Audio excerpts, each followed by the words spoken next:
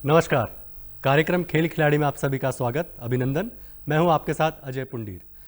दर्शकों, आज हम बात करेंगे मार्शल आर्ट खेल के बारे में और जानेंगे इससे जुड़ी हुई तमाम जानकारियां।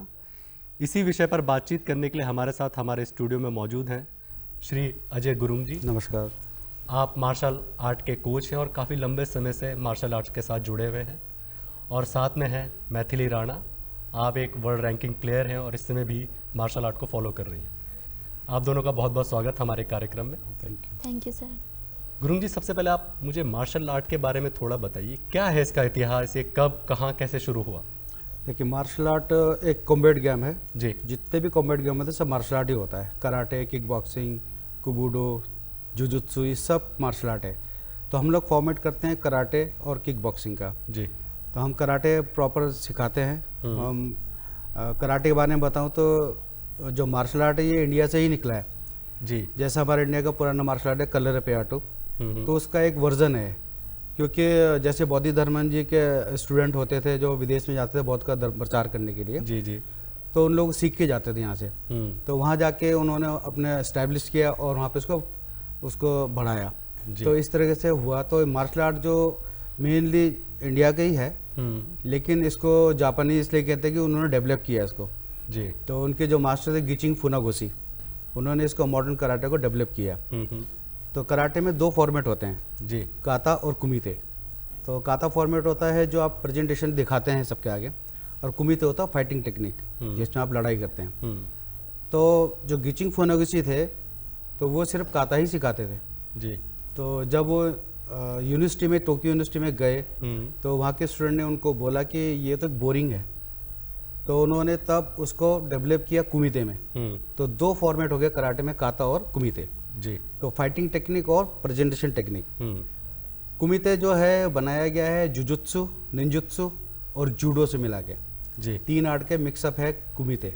जैसे आप मारते हैं, थ्रोइंग करते हैं और पटकते हैं, उठा के डिफेंस करते हैं, तो ये कुमिते होता है। जी। तो इस तरीके से बनाया। कराटे में पहले कोई भी ऐसा ड्रेस या बेल्ट कोड नहीं होता था। तो उन्होंने जूडो से लिया है, क्योंकि सबसे पुराना मार्शल आर्ट जापान का जूडो है। जी। तो जूडो से उन्होंने बोरो किया ड्रेस, कलर बेल्ट और ब्लैक बेल्ट रैंकिंग। तो ये उन्होंने वहाँ से शुरू किया। जी।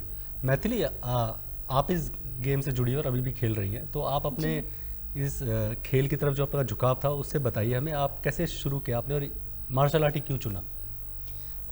मैंने बहुत ही कम उम्र में मार्शल आर्ट करना शुरू कर दिया था। 11 साल की उम्र से मैं कर रही हूँ मार्शल आर्ट। मैंने कराटे, मुay थाई, ताइक्वांडो, बहुत सारे मार्शल आर्ट्स करे साथ में। बट कराटे में मेरा एक जो है इंक्लूजन ज़्यादा था बाकी स्पोर्ट्स के मुकाबले, बिकॉज दो चीज़ें हैं जो मैंने इसमें सीखी और रियलाइज़ करा कि लाइफ में भी बहुत ज़्यादा इम्पॉर्टेंट है। पहली चीज़ है रिस्पेक्ट। तो जब मैं इस स्पोर्ट्स में आई, बचपन से मुझे रिस्पेक्ट करना दूसरों का सिखाया गया। अपनी खुद की मेहनत का रिस्पेक्ट करना और जो लोग सामने खड़े हैं उनकी मेहनत का भी रिस्पेक्ट करना। तो उससे मैं बहुत ज़्यादा फैसिनेट हो चुकी थी। तो इसीलिए और दूसरा एक और चीज़ था, वो था कि चाहे लाइफ में जो भी हो जाए, जितना भी डिफ़िकल्टीज़ हो, हार्डवर्क कभी छोड़ना नहीं है करना। तो ये दोनों चीज़ों ने मुझे लगता है कि सिर्फ स्पोर्ट्स में ही नहीं, मेरा एजुकेशन में भी बहुत ज़्यादा साथ दिया। तो इसीलिए फिर मैं कराटे करती चली गई एंड वो मेरा एक बेस्ट हॉबी बन गया। जी। गुरुंग जी, आपने बताया ये कॉम्बैट गेम है, थोड़ा इसके बारे में हमें थोड़ा बताएं। कॉम्बैट गेम का मतलब क्या होता है? कि आपको सिर्फ मारना ही है और वही आपका एकमात्र इसमें लक्ष्य होता है कि आपको सिर्फ मारना, हिट करना है, उसी के पॉइंट है? नहीं, कॉम्बैट में होता है डिफेंस एंड स्ट्राइक। जी। आपको बचाना है और मारना है। अगर आपको कोई स्ट्राइक करा, आपने अपने आप को बचाना है और उसको मारना है। खाली स्ट्राइक नहीं है। जी। तो इसलिए क्योंकि डिफेंस विद स्ट्राइक होता है। अगर आप बचाएंगे नहीं तो मारेंगे कैसे? अगर सामने वाले ने आपको मारते, हिट हो गया, आपने नहीं बचाया, तो आप तो नीचे गिर गए। जी। तो आप कैसे मारेंगे उसको? जी। तो इसलिए ज़रूरी है कि डिफेंस, तो डिफेंस जितना स्ट्रांग होगा आपका स्ट्राइक उतना ज़्यादा ही स्ट्रांग होगा। जी। तो इसमें किस तरह के स्किल सेट की ज़रूरत आपको लगती है कि पड़ती है बच्चों में, खासकर जो छोटे बच्चे इसको सीखना शुरू करते हैं? और आपने एक और बात कही थी कि सेल्फ डिफेंस टेक्निक है। हाँ, तो उसके बारे में थोड़ा हमें बताइए। देखिए, इसमें जब आप कराटे स्टार्ट करते हैं शुरू से, तो बेसिक से शुरू होता है। तो जब बेसिक करने लगते हैं तो उस टाइम हम सिखाते हैं डिफेंस, रोकना। बॉडी बैलेंस और अपने आप को बिल्कुल बैलेंस के साथ, बॉडी बैलेंस के साथ स्ट्राइकिंग एंड डिफेंस टेक्निक को सिखाते हैं। तो वो सेल्फ डिफेंस आगे जाके काम आता है। जब बेसिक से एडवांस टेक्निक में जाते हैं तो एडवांस टेक्निक में फिर और ज़्यादा सिखाया जाता है, इसमें वेपन चलाना भी सिखाते हैं। जी, तो किस तरह की आप विधाएं यूज़ करते हैं, किस तरीके से ट्रेनिंग करते हैं बच्चों को, खास करके जैसे कि आपने बताया डिफेंस, तो क्या होता है डिफेंस में? सिर्फ रिफ्लेक्सेस देखे जाते हैं या सामने वाले के वार को या स्ट्राइक को सिर्फ बचाना है? देखिए, जब आप रेगुलर प्रैक्टिस करते हैं, आपका बॉडी अपना इस्तेमाल करता है अपनी बॉडी को, तो सामने वाले की बॉडी लैंग्वेज से ही पता चल जाता है कि किक मारने वाला है, पंच मारने वाला है या पुश करने वाला है। ये आपके एक्सपीरियंस से होता है। तो आप जितना प्रैक्टिस करेंगे, आप सामने वाले को देख के तुरंत बता देंगे कि मारने वाला है या धक्का मारने वाला है। जी, तो उस हिसाब से बॉडी अपना आप रिएक्ट करती है, क्योंकि रेगुलर प्रैक्टिस में वो। जी, मैथिली, आप इसमें वर्ल्ड रैंकिंग प्लेयर रह चुके हैं, उसके बारे में हमें थोड़ा बताइए, वो कैसे मिली थी आपको और क्या टूर्नामेंट था, किस तरह के मैचेस हुए थे आपके? जी, मैंने जब से मैं 10th क्लास में थी, आई थिंक 2017 था, तो तब से मैंने ऑफिशियल टूर्नामेंट्स खेलना स्टार्ट कर दिया था। District, government, state and national championship होता था उस टाइम पे। एंड कराटे सीरीज़ मैंने 2022 में इंडोनेशिया में कराटे सीरीज़ खेला। जी, तो उसके लिए एक सिलेक्शन प्रोसेस हुआ था एंड सर ने ही ट्रेनिंग कराया था हमारा। जी, तो वर्ल्ड रैंकिंग मुझे उधर इंडोनेशिया में कराटे सीरीज़ करने के बाद हासिल हुआ। जी। गुरुंग जी, पॉइंट सिस्टम के बारे में हमें थोड़ा बताइए, हार जीत कैसे तय होती है, कितने समय का ये गेम है, किस तरह के रेफरिंग होती है, रूल्स रेगुलेशंस क्या हैं खेलने के? देखिए, जब आप कराटे का मैच खेलते हैं तो जब काता फॉर्म में होता है तो उसमें 7 जज होते हैं। जी, उसमें से 7 जज जो पॉइंटिंग करते हैं, क्योंकि पहले तो फ्लैग सिस्टम होता था कि जिसका कलर सबसे ज़्यादा उठा वही विनर होता है, लेकिन आजकल पॉइंटिंग सिस्टम है। जी, जॉयस्टिक से पॉइंट देते हैं। तो सीरीज में नंबर ऐसे चलता है स्क्रीन के ऊपर, तो जिसका सबसे ज़्यादा नंबर होता है वो टॉप में जाता है। तो फर्स्ट, सेकंड, थर्ड इस तरीके से होता है काता में। कुमिते में होता है 4 जज साइड में बैठे होते हैं, सेंटर में एक रेफरी मैच करा रहा होता है। तो आप फेस में एक पंच स्ट्राइक करते हैं तो वो 1 पॉइंट होता है, और स्टमक में स्ट्राइक करते हैं तो भी 1 पॉइंट होता है। लेकिन अगर किक स्टमक में स्ट्राइक करते हैं 2 पॉइंट होता है, फेस से मारते हैं तो 3 पॉइंट होता है। लेकिन जूडो टेक्निक इस्तेमाल करते हैं, आप स्विंग करके गिराते हैं, उसके बाद 3 सेकंड के अंदर 3 सेकंड के उसको स्ट्राइक करते हैं, तब आपको 3 पॉइंट मिलता है। जी, ये टेक्निक्स हैं खेलने की। जी, और कितनी समय सीमा होती है, क्या टाइम होता है? कि देखिए, उसका जो छोटे बच्चे होते हैं वो तो 1.5 मिनट का खेलते हैं। जी, और जो बड़े बच्चे होते हैं 2-2 मिनट का। जो सीनियर में जाते हैं 3-3 मिनट का मैच होता है। जी, तो 3 मिनट उनको खेलना होता है। जी, आपने जूडो का इस्तेमाल इसमें काफ़ी किया, तो क्या जूडो और कराटे में क्या फ़र्क है, और वो एक ही बात है? देखिए, जूडो रेसलिंग है। जी, आप थ्रोइंग करते हैं, ग्रिपिंग करते हैं, बस। लेकिन कराटे में आप थ्रोइंग करते हैं, मारते भी हैं। जी, आप ग्रिप भी करते हैं, गिराते भी हैं और मारते भी हैं। जी, तो उसमें ये फ़र्क है। जूडो में आप गिरा सकते हैं, ग्रिप कर सकते हैं, बस, मार नहीं सकते। जी, और जब आप बच्चों को ट्रेनिंग देते हैं, और तो आपको क्या लगता है कि बच्चों के अंदर किस तरह की खूबियाँ, विशेषताएं होनी चाहिए कि जिससे हम लगे कि हाँ, ये बच्चा कराटे या जूडो या मार्शल आर्ट ज़्यादा अच्छा कर सकता है बनिस्बत दूसरे के? देखिए, बच्चे सारे करते हैं, क्योंकि बच्चे छोटे होते हैं, उनका अलग अलग स्पोर्ट्स में मन करता है। जो देखेंगे वो उसको वही करने का मन करेगा। लेकिन रेगुलरली जब बच्चा करता है तो उसके बाद एक्सपीरियंस का बढ़ता जाता है, तो उसका इंटरेस्ट जाग जाता है। तो आप वो या तो कोई कुमिते खेलता है या काता खेलता है या ऑलराउंडर होता है, वो दोनों खेलता है। जी, तो अपने अपने उसकी फील्ड के हिसाब से जैसे आप ट्रेनिंग कर रहे हो, सब पता चल जाता है कि किसमें इसका इंटरेस्ट ज़्यादा है, तो हम उस पर ज़्यादा उस पर फोकस करते हैं। जी, मैथिली, आप इस खेल को आप खेल रही हैं काफ़ी लंबे समय से, तो आपकी क्या योजनाएं हैं कि अभी आपको क्या एक्सेल करना है इसमें, और क्या देख रही हैं एज ए करियर के तौर पर? पहले तो एज अ करियर मैंने कभी सोचा नहीं था कि एक स्पोर्ट्स को मैं एज अ करियर अपने लाइफ में इंक्लूड करूँगी। एज अ हॉबी ही करते करते, टूर्नामेंट्स में जाते जाते ऐसा मतलब ये इम्पोर्टेंस मेरी लाइफ में कराटे के लिए क्रिएट हो गया। एक बहुत ही अच्छी चीज़ है, और मुझे ऐसा लगता है कि जो पूरा ये कराटे का गेम है वो सेंटर होता है बैलेंस में। तो ये स्पोर्ट करते करते मुझे इतना समझ आ गया कि मैं अपनी ज़िंदगी में बैलेंस चाहती हूँ। मैंने अपना एजुकेशन जो है वो मैंने masters journalism and mass communication कर रखा है। तो मैं कम्युनिकेशन या जर्नलिज्म के फील्ड में जाना चाहूँगी आगे, लेकिन मैं कराटे को एज अ हॉबी हमेशा अपने लाइफ में रखना चाहूँगी। जी सर, कराटे और करियर की बात आई गई है, अभी मैथिली ने बताया, तो अभी आपको क्या लगता है कि बच्चे करियर के तौर पर कराटे को खेलें या मार्शल आर्ट को खेलें, ताकि फ्यूचर भी सेफ होना बहुत ज़रूरी है? हाँ, जैसे जैसे आजकल स्पोर्ट्स कोटा हो गया है जी। जैसे बच्चों के लिए, तो बच्चा जो भी ऑफिशियल इवेंट खेलता है उसके सर्टिफिकेट लगते हैं, तो वो आप पुलिस में, सीआरपीएफ में, बीएसएफ में, आर्मी में, पैरामिलिट्रीज में, हाँ पुलिस में, कहीं पे भी आप उसको अप्लाई कर सकते हैं, वो आपको उसका स्पेशल वो मिलता है ट्रीटमेंट स्पोर्ट्स कोटे में। जी। तो ये जरूरी, आप कॉलेज एडमिशन में कर सकते हैं, क्योंकि जैसे आप प्लेयर हैं तो कॉलेज एडमिशन में भी आपको जो है प्लेयर के लिए एक एडवांटेज होता है कि सीट अगर नहीं है तो आपको मिल जाती है जी कॉलेज में। जी। और किस तरह के टूर्नामेंट्स हमारे देश में हो रहे हैं या राज्य में हो रहे हैं कराटे या मार्शल आर्ट से रिलेटेड? देखिए, इसके बारे में कराटे थोड़ा का- हमें डिटेल में बताइए। हाँ, स्पोर्ट्स का तो यहाँ पे कराटे का तो बहुत इवेंट होता है, जी। जैसे कि इनविटेशनल टूर्नामेंट्स होते हैं और ऑफिशियल टूर्नामेंट्स होते हैं। तो इनविटेशनल तो हर कोई जो फेडरेशन होता है वो कराता है, जैसे बहुत सारे अलग अलग फेडरेशन है वो कराता है। ऑफिशियल टूर्नामेंट एक ही फेडरेशन कराता है, और जो सेंटर से स्टेट में अलग अलग जो होती है वो कराती हैं, जो सिलेक्शन करके नेशनल खिलाने ले जाती हैं। जी। और अभी एशियन गेम्स और ओलंपिक में भी 2020 के हाँ, टोक्यो ओलंपिक्स में शामिल था, लेकिन उसके बाद अभी क्या योजना है कि ओलंपिक्स कमेटी इसको रिव्यू कर रही है? अभी देखिए सब कुछ है, अभी पता नहीं चल पाया क्योंकि हम भी इसी पे लगे हैं। हाँ। क्योंकि ओलंपिक संघ ने अभी थोड़ा रोका हुआ है जी। क्योंकि एशियन गेम के लिए सिलेक्शन होना है, तो अब उसमें है कि किस फेडरेशन को देती है मान्यता, तो सिलेक्शन फिर वही फेडरेशन करेगी टीम को। जी। मैथिली, जब आप इस गेम को प्रैक्टिस करती हैं तो क्या किस तरह का टाइम टेबल या किस तरह का शेड्यूल आप फॉलो करती हैं सुबह से रात तक का, ताकि आप इस गेम को और अच्छा खेल सकें? मैं सुबह के टाइम में प्रैक्टिस करती हूँ एंड शाम के टाइम में प्रैक्टिस करती हूँ। तो मेरा इंटरेस्ट ज़्यादा कराटे में काता के टूवर्ड्स है। सो जैसे कि सर ने बताया कि काता एक परफॉर्मेंस बेस में होता है, तो उसमें बहुत सारी चीज़ें इंक्लूड हो जाती है, एक्सरसाइजेस से लेकर balance, strength training and almost every kind of training उसमें इंक्लूड हो जाता है।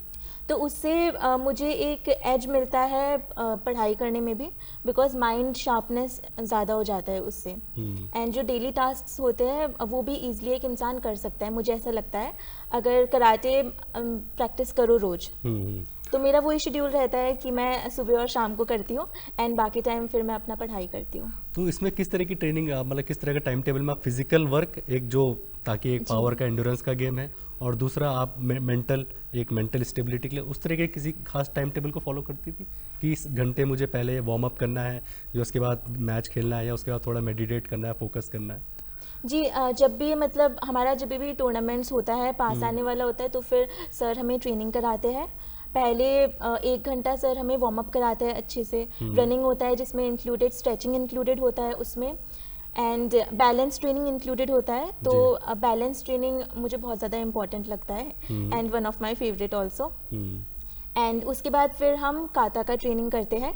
काता मतलब कम से कम मुझे लगता है कि 3 to 4 आवर्स तो मिनिमम काता ट्रेनिंग होना चाहिए। एंड उसके बाद फिर सब कुछ करने के बाद फिर स्ट्रेंथ ट्रेनिंग भी होता है। तो सर ने अपने एकेडमी में इक्विपमेंट्स भी, स्पेशल इक्विपमेंट्स रख रखा है ताकि वो स्पेशल ट्रेनिंग करा पाए, हमारी स्ट्रेंथ ट्रेनिंग। जी। ट्रेनिंग शेड्यूल के बारे में बात की मैथिली ने कि एक जैसे वार्म अप किया, फिर 3-4 घंटे आपने जो कराटे काते प्रैक्टिस करी, उसके बाद कूल डाउन किया, कंडीशनिंग करी, इसके बारे में थोड़ा मैं डिटेल में बताइए कि किस तरह का शेड्यूल फॉलो करना चाहिए या होना चाहिए? देखिए, फर्स्ट तो वार्म अप ही करना जरूरी है जी। अगर आप वार्म अप नहीं करेंगे तो आपकी मसल्स खिंच जाएंगी। आप तुरंत एकदम से किक मारेंगे तो मसल्स खिंच जाएगा, या पंच मारेंगे तो मसल्स खिंच जाएगा। फर्स्ट बॉडी वार्म अप होना जरूरी है, चाहे आप आधे घंटे वार्म अप करें, लेकिन वार्म अप जरूर करें। कोई भी एक्सरसाइज हो, कोई भी गेम हो, जी, बिना वार्म अप के खेलना मुश्किल है। जी। तो पहले वार्म अप करना है, फिर बेसिक प्रैक्टिस करना है, बेसिक के बाद तब एडवांस में जाना है। जी। ये रूटीन होना चाहिए रोज का। और जी, और जब हम इस गेम को खेलें तो उसमें किस तरीके से हम स्टार्ट करें, या पहले किक की प्रैक्टिस करें, पंचिंग की गेम प्रैक्टिस देखिए, करें? जो कुमिते गेम होता है वो किक पंच दोनों का ही होता है, जी। विद डिफेंस होता है। तो आप बॉडी वार्म अप करके तो आप ज़्यादा थकना जरूरी नहीं है, क्योंकि आप 2 मिनट के मैच में आपको मैच पॉइंट भी निकालना है, और सामने वाला भी स्ट्राइक कर रहा है, हम भी कर रहे हैं, हमारा एनर्जी ज़्यादा वेस्ट हो रही है। जी। तो इसलिए ज़्यादा ना करके 5-7 मिनट का वार्म अप करके मसल्स वार्म अप होनी चाहिए, उसका सीधा मैच खेलना चाहिए। जी। क्योंकि आप जो पूरा साल प्रैक्टिस करेंगे वही आप मैच में करेंगे, जी। एक दिन करके नया कुछ नहीं कर सकते। बिल्कुल।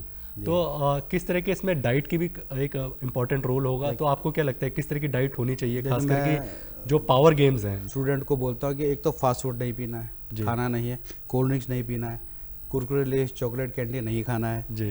और आप पिज़्ज़ा बर्गर में नहीं खाएं, फ्रूट रोज़ खाएं, जी।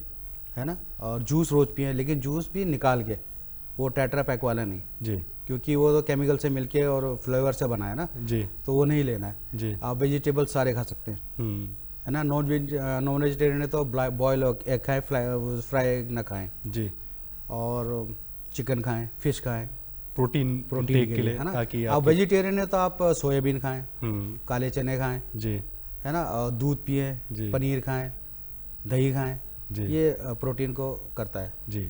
मेंटल टफनेस के लिए क्या होना चाहिए, क्या प्रोग्राम होना चाहिए कि एक खिलाड़ी, क्योंकि कोई भी गेम होता है तो एक मेंटल टफनेस भी बहुत जरूरी है कि आप हार ना मानने वाला एटीट्यूड।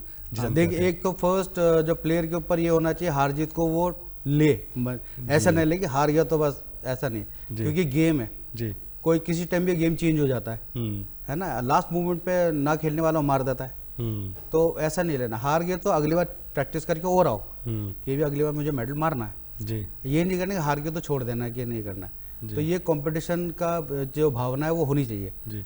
तो जब हम कंपटीशन में मैचेस खेलते हैं तो सामने वाले को हम पहले पढ़ते हैं या उसके कुछ वीडियोस पुराने देख लेते हैं ताकि हम अपनी स्ट्रेटजी बना सकें। देखिए, जो अच्छा प्लेयर होता है, शुरू के 10 सेकंड में पता चल जाता है प्लेयर क्या खेलने वाला है। 10 सेकंड में ही हम प्लेयर को भाप जाते हैं कि किस तरीके से खेल रहा है, वन साइडेड खेल रहा है, किक पंच से खेल रहा है, खाली किक से खेल रहा है, जी, है ना। तो ये 10 सेकंड के अंदर ही पता चल जाता है। तो प्लेयर को वो 10 सेकंड में देख लेना प्लेयर कैसे खेल रहा है, जी, कौन सा एरिया खाली है मारने के लिए, या किस तरीके से मार रहा है, कितनी स्पीड इसकी पंच की और किक की है, कितनी स्पीड है आगे पीछे शिफ्ट होने की, जी, उस हिसाब से अपना गेम को वहाँ पे करना होता है। जी। तो आजकल जितने भी फिजिकल गेम्स हैं, खास करके ये जूडो जिसमें कि स्ट्रेंथ का बहुत इस्तेमाल होता है, पावर का बहुत इस्तेमाल होता है, इंजरी के चांसेस बहुत होते हैं और इंजरी के हमने देखा है कि कई प्लेयर्स के करियर ख़त्म हो जाते हैं इंजरी से। तो इंजर्ड फ्री रहने के लिए क्या करना चाहिए एज अ कोच के तौर पर, आप हमें बताएं। देखिए, फर्स्ट प्रैक्टिस जब आप कर रहे हैं कोच के सामने ही करें, अकेले ना करें, क्योंकि अकेले करने से क्या होता है, आप पावर स्ट्रेंथ को यूज़ कर लेते हैं पावर को ज़्यादा मारने में। जबकि मुझे पता है, जैसा अब मेरा कोई प्लेयर कर रहा है, मुझे पता है कि किट बैग में कितने पावर से मारना है ताकि इंजरी ना हो। जी। अगर आप अकेले छोड़ देंगे तो वो पूरी पावर से मारेगा या गलत तरीके से मारेगा। तो वो फर्स्ट ये है कि आप कोच के सामने ही रहें, उसके सामने ही प्रैक्टिस करें। कुछ भी अगर पावर प्रैक्टिस कर रहे हैं तो इंजरी आप बच जाएंगे। दूसरा, बॉडी बैलेंस, अगर आपका बॉडी बैलेंस खराब है तो आप इंजरी 100% होंगे, क्योंकि पैर मुड़ेगा या आप गिर जाएंगे, हाथ मुड़ेगा। इसमें वेट का भी रोल हो सकता है कि बॉडी वेट भी कम हो तो? नहीं, ऐसा कुछ नहीं है। बॉडी वेट तो अपना आप ही कम हो जाता है जब बच्चा करने लगता है। जी। अगर हैवी वेट है तो वेट कम हो जाता है, क्योंकि फिजिकल ज़्यादा है और उसके बाद आप प्रैक्टिस करें कुमिता चाहे खाता तो भी उस पर ज़्यादा है, तो इसलिए उसमें वेट बैलेंस हो जाता है। लेकिन हैवी वेट हो चाहे लाइट वेट हो, उसका मेन कारण है बॉडी बैलेंस। जो ज़मीन पे आप पैर रखते हैं, वॉकिंग करते हैं, जो उसमें वॉक होता है, वो बैलेंस अगर आपको बहुत अच्छे से आता है तो आप गिर नहीं सकते। और किस तरह की कंडीशनिंग यूज़ होती है? जैसे हमने मैच खेल लिया, उसके बाद हम बॉडी बहुत वार्म अप है, तो हमें कूल डाउन करने के लिए कोई एक्सरसाइज या कुछ टेक्निक्स यूज करते हैं? ब्रीथिंग टेक्निक होती है। जैसा हम लोग योगा करते हैं तो हम ताड़ासन करते हैं, breathe in out in out, तो वैसे ही उसको कूल डाउन करने के लिए इन आउट ब्रीथिंग होता है, तो उससे कूल डाउन हो जाती है बॉडी जल्दी। जी। मैथिली, किसी भी गेम को खेलने के लिए हमें ऐसा लगता है कि खासकर जब वो बच्चा होता है 10-11 साल का, एक फैमिली सपोर्ट बहुत ज़रूरी होता है। आपके पास वो किस तरह का फैमिली सपोर्ट था और उन्होंने किस तरीके से आपको सपोर्ट किया हर स्टेज पे ताकि आप अच्छा कर सकें? मेरे पास तो बहुत ही ज़्यादा फैमिली सपोर्ट था। मैंने जब से मैंने बोला अपने पेरेंट्स को कि मैं ये करना चाहती हूँ एज अ स्पोर्ट, तो उन्होंने कभी मना नहीं करा। उन्होंने मुझे सपोर्ट करा कि अच्छी बात है, करना चाहिए, अलॉन्ग विद एजुकेशन स्पोर्ट्स भी बहुत ज़रूरी है। जी। तो तब से लेकर चाहे कुछ भी हो, चाहे मेरा टूर्नामेंट्स होता था, कभी कभी मुझे मैनेज करने में प्रॉब्लम हो जाता था, कभी मतलब स्कूल और गेम्स के बीच में, बट स्टिल मेरी फैमिली बहुत ज़्यादा सपोर्टिंग थी। तो उनके तरफ से मुझे जो सपोर्ट मिलता था, मैं तो हमेशा यही बोलती हूँ, माता पिता गुरुदेवम। तो सबसे पहले माता पिता है एंड उसके बाद गुरु है, उसके बाद फिर भगवान है। जी। तो सबसे पहला तो मेरे माता पिता की ही वजह से मैंने अभी तक लाइफ में जो भी हासिल करा है, एंड मेरा कैरेक्टर डेवलपमेंट जितना भी हुआ है, चाहे वो स्पोर्ट्स हो, एजुकेशन हो, कुछ भी हो लाइफ में, वो उसका मैं ये मानती हूँ कि मेरे माता पिता की वजह से है, एंड उसके बाद फिर मेरे गुरु की वजह से है। जी बिल्कुल। जो मेरे साथ आज बैठे हैं, अगर ये नहीं होते तभी भी ये सब पॉसिबल नहीं होता। जी। तो मुझे बहुत ज़्यादा सपोर्ट मिला है, इसीलिए मैं अपने आप को बहुत भाग्यशाली भी समझती हूँ। जी बिल्कुल। गुरुंग जी, आपने इसमें बेल्ट्स की बात करी थी कि डिफरेंट कलर्स ऑफ बेल्ट होती है, इसके बारे में हमें थोड़ा बताइए, क्योंकि ये आम लोगों को भी थोड़ा बहुत पता होता है कि वाइट बेल्ट, ऑरेंज बेल्ट या ब्लैक बेल्ट इसमें होती हैं। देखिए जितने भी कलर बेल्ट्स होते हैं, येलो, ऑरेंज, ग्रीन, ब्लू, ये आप समझिए कि प्ले ग्रुप टू नर्सरी है। जी। आप प्ले ग्रुप नर्सरी में सीख रहे हैं ABCD। जैसे आप ब्लैक बेल्ट होते हैं, फर्स्ट क्लास में गए आप, क्योंकि आप जैसे ब्लैक बेल्ट होते हैं लोगों की नज़र आपके ऊपर हो जाती है कि आपको कितना आता है, आपने क्या सीखा है, आप कुछ गलत तो नहीं कर रहे हैं। आपको लोग सीरियसली लेना शुरू कर देते बिल्कुल, क्योंकि आप ब्लैक बेल्ट हैं। हैं। जी। आप हर कोई आएगा बोलेगा अच्छा मेरे बच्चों को सिखा दो, आप ब्लैक बेल्ट हो गए, जी। लेकिन आपको आना चाहिए। तो कलर बेल्ट सब ये एक नर्सरी प्ले ग्रुप है जिसमें आप अपने फाउंडेशन को मजबूत करते हैं। जी। ब्लैक बेल्ट से आपका ट्रेनिंग शेड्यूल चेंज हो जाता है कि आप ट्रेनिंग शेड्यूल थोड़ा सा हैवी हो जाता है, स्ट्रांग हो जाता है, थोड़ा सा टाइम ज़्यादा लगाना पड़ता है, फिर फोकस ज़्यादा करना पड़ता है, क्योंकि आपको एक बार सिखा तो एक बार समझ आना चाहिए। जी। क्योंकि आपका मेंटल जो है स्ट्रांग हो जाता है पहले से ही वो। तो ये black belt, first degree black belt first आपका स्टेप है। तो इस तरह की बेल्ट्स जब हम इंटरनेशनल इवेंट्स होते हैं या टूर्नामेंट्स होते हैं उसमें भी मायने रखती हैं? देखिए असल में नेशनल में जो पहले नियम था, नेशनल में जो खेलता है वो ब्लैक बेल्ट होना चाहिए। जी। First degree black minimum. Belt, हाँ जी। लेकिन अभी क्योंकि इतना वो उन्होंने नेशनल में इतना ज़्यादा वो किया नहीं है, तो कलर बेल्ट कोई भी हो, प्लेयर अच्छा होना चाहिए, जो अच्छा खेल रहा है वो आगे चला जाता है, मेडलिस्ट होना चाहिए। तो कहने का मतलब है कि बेल्ट एक पैरामीटर पहले होता था, लेकिन अब वो हाँ, नहीं है। अगर लेकिन आप प्लेयर अच्छे हो, बेल्ट नहीं है। बेल्ट होना ही चाहिए, क्योंकि बच्चे का मोरल अप होता है। जी। आप समझिए कि दो बच्चा एक साथ प्रैक्टिस कर रहा है, दोनों एक अच्छा खेल रहे हैं, एक पेरेंट्स ने एक को येलो बेल्ट कराया, दूसरे को नहीं कराया, तो दूसरा एकदम डल हो जाएगा कि मुझे नहीं बढ़ाया। वो पेरेंट्स को नहीं बोलेगा, वो सोचेगा कि कोच ने मुझे नहीं बढ़ाया, जी। तो वो ट्रेनिंग शेड्यूल में और डल हो जाएगा। जी। तो वो होना ही चाहिए। जी। और जैसे कि हमारी भारत सरकार बहुत तरह की गेम्स ऑर्गेनाइज कर रही है, नेशनल गेम्स, यूनिवर्सिटी गेम्स, और जितने हमारे खेलो इंडिया, फिट इंडिया मूवमेंट, तो आपको क्या लगता है इनकी वजह से क्या माहौल बदल रहा है खेल को लेकर? हाँ, अभी तो बहुत अच्छा रही है खेलो इंडिया ने, जैसे अस्मिता वगैरह शुरू किया है। जी। और यूनिवर्सिटी गेम तो होता ही है। जी। तो ये अब इसको जो बढ़ा रही गवर्नमेंट उसके लिए अच्छा है कि स्पोर्ट्स फील्ड थोड़ा सा और अच्छा होना चाहिए। जी। क्योंकि पहले तो कोई इतना ज़्यादा फोकस करते नहीं था स्पोर्ट्स में। अब तो बहुत अच्छा है कि स्पोर्ट्स के लिए बहुत सारी सुविधाएं हो गई हैं। जी। और पेरेंट्स के लिए भी आसान होता है थोड़ा बच्चे को जी। अर्ली एज में भेजना, क्योंकि अर्ली एज में नहीं भेजेंगे तो फिर अच्छे प्लेयर बनने में बाद में टाइम लगता है। जी। वो लर्निंग के ऊपर ही मैं आ रहा था कि किस तरह की लर्निंग इसमें बच्चे को होती है शुरुआत से लेकर आखिरी तक एक प्रोफेशनल प्लेयर बनने में, उस जर्नी के बारे में हमें थोड़ा हम लोग जैसे बच्चा स्टार्टिंग में आता है तो हम लोग सबसे पहले उसको पंचिंग सिखाते हैं, पंच मारना। टेक्निकली पंच इधर उधर नहीं जाना चाहिए, स्ट्रेट पंच होना चाहिए। क्योंकि जब पंच करते हैं तो हर स्टूडेंट का पंच शोल्डर की सीध में होता जी। है, जबकि क्रॉस होना चाहिए सोलो फ्लेक्स के ऊपर। जी। तो वो उसको फोकस करते हैं, पंच प्रॉपर होना चाहिए, एक पंच जहाँ लगा दूसरा पंच भी वहीं लगना चाहिए। जी। इधर उधर नहीं लगना चाहिए। उसके बाद किकिंग टेक्निक्स होती हैं जी। और फिर डिफेंस टेक्निक होती हैं, जी। फिर उसका कॉम्बिनेशन शुरू होता है। जी। तो ये बेसिक है।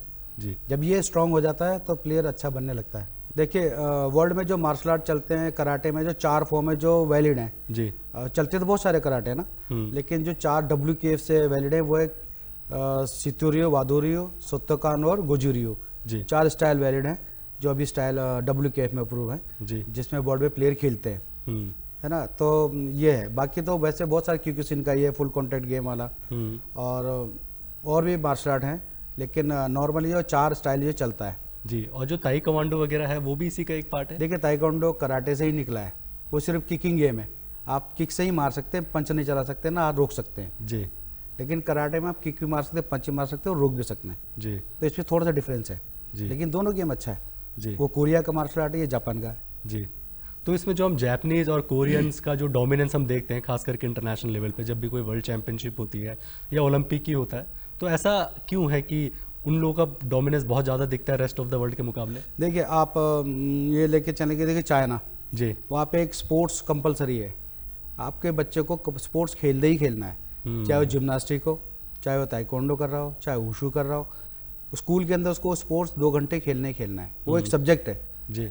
मैथिली, आने वाले सालों में अब आप अपने आप को कहाँ देख रही हैं, as a karate martial art professionalist या किसी और करियर की तरफ? ऑनेस्टली तो मुझे ज़्यादा interest public speaking and communication में है, बट कराटे एक बहुत ही खूबसूरत हॉबी है जिसने मुझे अपनी ज़िंदगी में हर चीज़ में आगे बढ़ने में मदद करी है। तो मैं ज़रूर किसी और को भी एज अ कोच सिखाना चाहूँगी वो अपने करियर के बिसाइड्स। गाइडेंस एक तरीके से जिसे जी, गाइडेंस मैं ज़रूर देना चाहूँगी। जी। एंड जो चीज़ें मैंने अपने अंदर इनकलकेट करी है, मैं पूरी कोशिश करूँगी कि मैं उसी चीज़ को अपने कम्युनिटी में भी कंट्रीब्यूट कर पाऊँ। जी गुरुंग जी, छोटे बच्चों के लिए, जो बच्चे सीखना चाहते हैं कराटे, खास करके बहुत बच्चों का एक पैशन होता है कि हमें यही गेम खेलना है, वो बच्चे अलग से दिख जाते हैं आपको, तो उनके लिए कोई एक खास आपको एक मैसेज देना हो कि हाँ आप इस तरह का शेड्यूल फॉलो करिए, डिसिप्लिन में रहिए, ताकि आप अच्छे प्लेयर बन सकें और लाइफ में भी अच्छा कर सकें। देखिए बच्चों को क्या करना चाहिए कि पढ़ाई भी ज़रूरी है जी लाइफ में, और स्पोर्ट्स भी ज़रूरी है। तो एक शेड्यूल बनाना चाहिए, जैसे अर्ली मॉर्निंग उठ गए, आपने एक्सरसाइज किया, वार्म अप किया, फिर स्कूल चले गए, आपने पढ़ाई करा, और एक टाइम निकालिए शाम के टाइम इवनिंग, जो आप क्लब में जाके ट्रेनिंग करें। जी, ऐसा बनाना चाहिए शेड्यूल। और उसके बाद एक अच्छा खाना और अच्छी नींद। हाँ, खाना अच्छा और नींद अच्छी। दूसरी बात ये हो कि बच्चा जब करता है, क्लब जाता है या कहीं सीखता है, तो बहुत चीज़ों से बचता है वो। जी आप मोबाइल से बचता है, बुरी आदतों से बचता है, जी नशे की आदत से बचता है, जी और उसके ज़िंदगी में अच्छा एक आता रूटीन आता है। जी जी, ताकि वो किसी भी क्षेत्र में हाँ, जाए लेकिन वो अच्छा कर अच्छा पाए। करे। जी, तो आप दोनों का बहुत बहुत धन्यवाद हमारे कार्यक्रम में हमसे बातचीत करने के लिए और ढेर सारी जानकारियाँ मार्शल आर्ट के बारे में बताने के लिए। इसी के साथ आज का कार्यक्रम यहीं समाप्त होता है। अगले अंक में आपसे फिर मिलेंगे किसी नए विषय के साथ। तब तक के लिए नमस्कार।